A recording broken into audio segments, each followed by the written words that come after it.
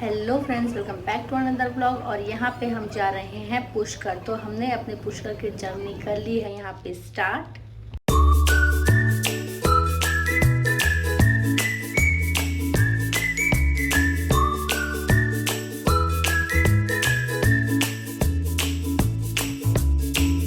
ये देखिए अभी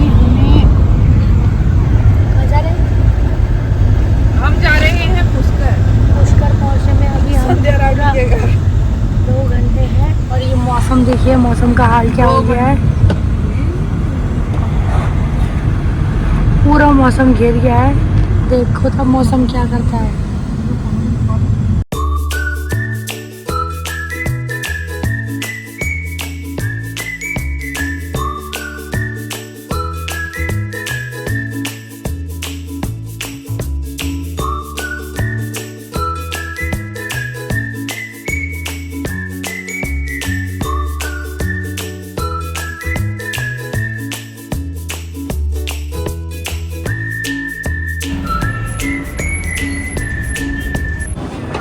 ये देखिए मौसम,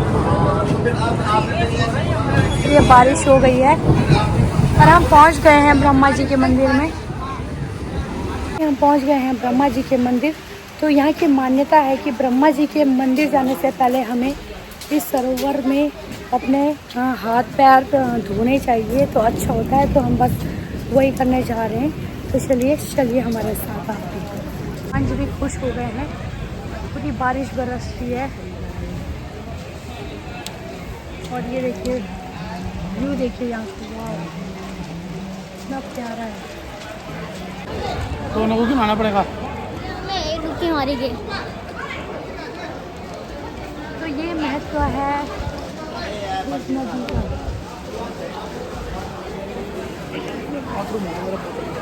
जी की जय। राज महाराज की जय। जिसके लिए आप लोग ये आए हैं, पुष्कर चलो पुष्कर चलो। पुष्कर का कोई मंदिर या मूर्ति नहीं है। जैसे गंगा, हरिद्वार, नासिक, उज्जैन में जल सरोवर है, उसी प्रकार इस जल सरोवर का ही नाम पुष्कर है। पुष्प नाम कमल के फूल का है, कर नाम ब्रह्मा के हाथ का है। इस गांव का भी नाम पुष्कर है और इस जल सरोवर का भी नाम पुष्कर है। पुष्कर कैसे बना? जब विष्णु भगवान क्षीर सागर में शयन कर रहे थे, नाभि में से कमल के पुष्प की उत्पत्ति हुई, कमल में से भगवान ब्रह्मा की उत्पत्ति हुई। और भगवान ब्रह्मा की उत्पत्ति होने से भगवान ब्रह्मा ने विष्णु भगवान से याचना किया है, इस मृत्यु लोक में मेरा कोई तीर्थ स्थान नहीं है, मेरा भी कोई तीर्थ स्थान होना चाहिए। विष्णु भगवान ने कमल का पुष्प दिया और कहा कि इसे अपने हाथों से गिराइए। जहाँ कहीं भी पावन भूमि होगा, जहाँ जाकर ये पुष्प गिरेगा, वहीं आपका तीर्थ स्थान होगा। भगवान ब्रह्मा जी ब्रह्मलोक से कमल के पुष्प को गिराते हैं। वो ब्रह्मांड का चक्कर लगाता हुआ कमल का पुष्प सरोवर के बीच में यज्ञवेदी बना है, यहाँ आकर के गिरता है। यहाँ पुष्प गिरने से सप्त पाताल छेदन होकर के जल की उत्पत्ति होती है, जमीन फट के पानी निकलता है। जल की उत्पत्ति होने के पश्चात भगवान ब्रह्मा जी यहाँ 60,000 वर्ष तक तपस्या करते हैं। तपस्या करने के पश्चात शुभ मुहूर्त निकलता है कार्तिक शुक्ल एकादशी से लेके पूर्णिमा का, जो दीपावली के 10 रोज बाद में आता है। उसी उपलक्ष्य में यहाँ मेला लगता है। आपने टीवी पे देखा होगा या सुना होगा, पुष्कर मेले के नाम से जाना जाता है। लाखों यात्री आते हैं। जो पति पत्नी होता है, पति पत्नी बैठ के स्नान करता है, अकेला होता है, अकेला बैठ के स्नान करता है। स्नान नहीं करते हैं तो हाथ पैर मुंह धो करके, जिसको पंच स्नान बोलते हैं, मस्तक पे जल लगा के, आंखों के, कानों के, हाथ धो के, पैर धो के, 20 रुपये का फूल प्रसाद का थाली आता है। जो पति पत्नी होता है, पति पत्नी बैठ के चढ़ाता है, अकेला होता है, अकेला बैठ के चढ़ाता है। फूल प्रसाद पुजारी ब्राह्मण अर्पित करवाता है। दान दक्षिणा श्रद्धा का होता है।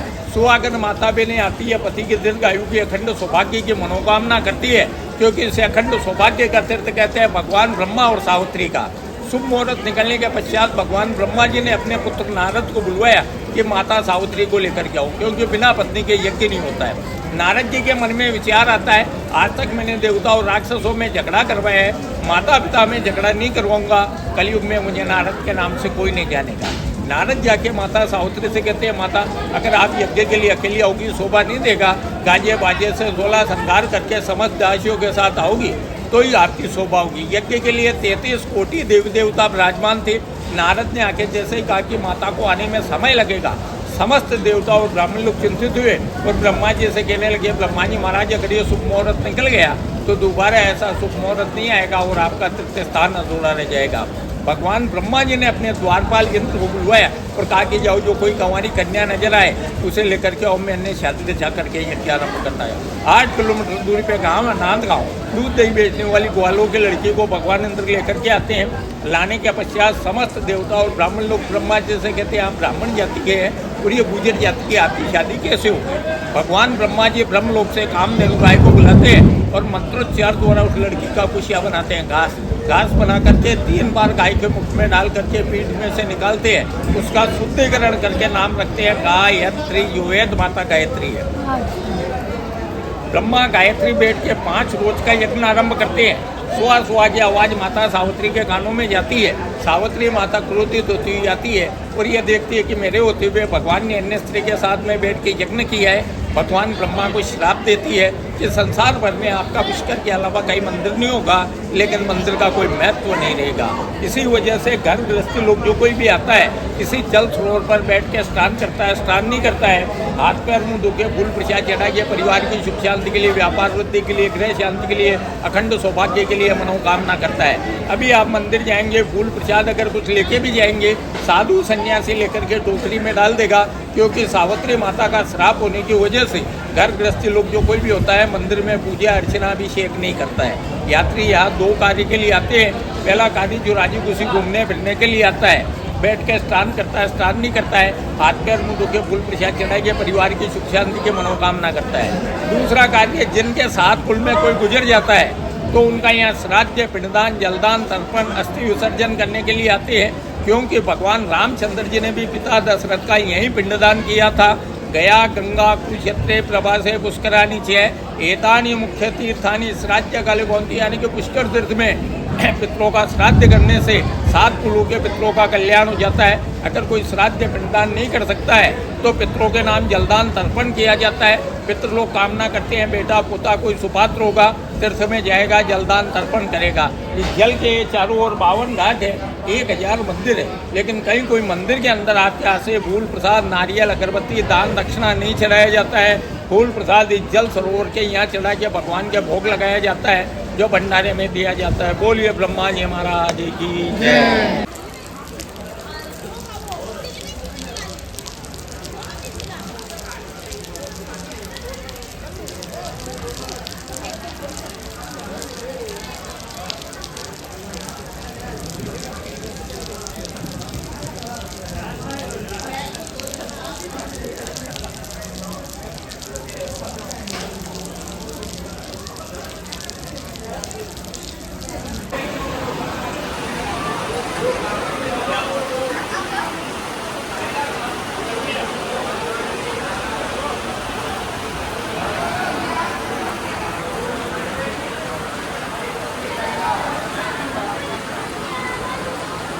यहाँ के लोग अपनी अच्छी जीवन के लिए पूजा करवाते हैं।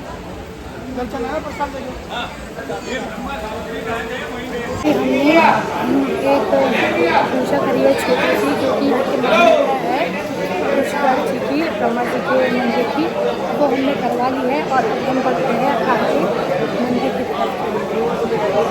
ये ले लिया है हमने प्रसाद और पहुँच गए हैं ब्रह्मा जी के मंदिर। हम आ गए हैं ब्रह्मा जी के मंदिर से प्रसाद लेके और दर्शन करके, और अब हम घूम रहे हैं पुष्कर की गलियों में, क्योंकि अब हम ढूंढ रहे हैं यहाँ से एग्जिट और ऑटो। तो हम सोच रहे हैं क्या पता चलते चलते हमको राठी फैमिली ही मिल जाए।